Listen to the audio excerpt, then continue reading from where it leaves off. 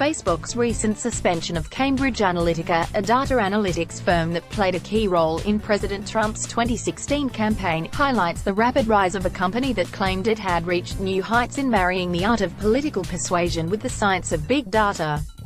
4 years after the company began offering Republican political candidates the promise of groundbreaking tools for delivering political messages tailored to the psychological traits of voters, serious questions remain about its tactics and effectiveness. What is clear is that the services Cambridge Analytica offered are increasingly coveted by modern political campaigns. Yet Facebook users had few indications of how their personal data was collected, refashioned and deployed on behalf of candidates.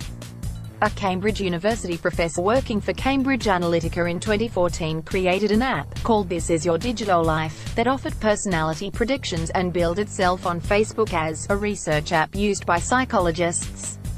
The professor, a Russian-American named Alexander Kogan, used the app to gain access to demographic information, including the names of users, their likes, friend lists, and other data. Once obtained by Cambridge Analytica, political campaigns could use those profiles to target users with highly tailored messages, ads or fundraising requests. Facebook said 270,000 people downloaded the app.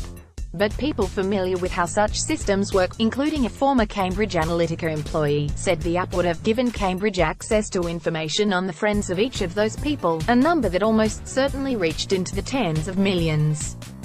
The Observer of London and the New York Times reported Saturday that Cambridge Analytica had gained access to information on 50 million Facebook users, citing internal documents and interviews with former employees and associates.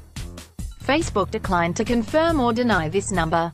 It issued a statement noting its past actions to limit access to this kind of personal information, which, until changes were made in 2014 and 2015, was routinely available about any users who did not explicitly act to prevent the release of what like buttons they had hit.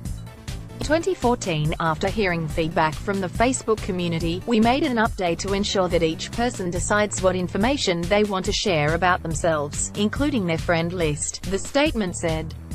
Facebook on Friday banned Kogan, the parent company of Cambridge Analytica and a former Cambridge employee, for improperly sharing the data and failing to destroy it after concerns arose about it in 2015. Facebook had asked the parties back then to certify they would not abuse data, but it did not take further action beyond that warning. Despite Facebook's concerns in 2015, the social network continued to work with Cambridge Analytica. During the presidential election, Facebook employees assisting Donald Trump's digital operation worked in the same office as Cambridge Analytica workers, according to a video by the BBC. One former Cambridge employee, Joseph Chancellor, continues to work at Facebook as a user experience researcher, according to Facebook's public website. Some critics said Facebook's actions on Friday were an insufficient response to a far-reaching data grab that had informed the decision-making of multiple political operations. Trump's campaign paid Cambridge Analytica at least $6 million for data analysis in the final 5 months of a close election. This is more evidence that the online political advertising market is essentially the Wild West, said Senator Mark R. Warner, VA, the top Democrat on the Senate Intelligence Committee, in a statement. Whether it's allowing Russians to purchase political ads, or extensive micro-targeting based on ill-gotten user data, it's clear that, left unregulated, this market will continue to be prone to deception and lacking in transparency. Cambridge Analytica, which was funded by Trump supporter and hedge fund executive Robert Mercer, and once had on its board the president's former senior advisor Stephen K. Bannon, has denied wrongdoing.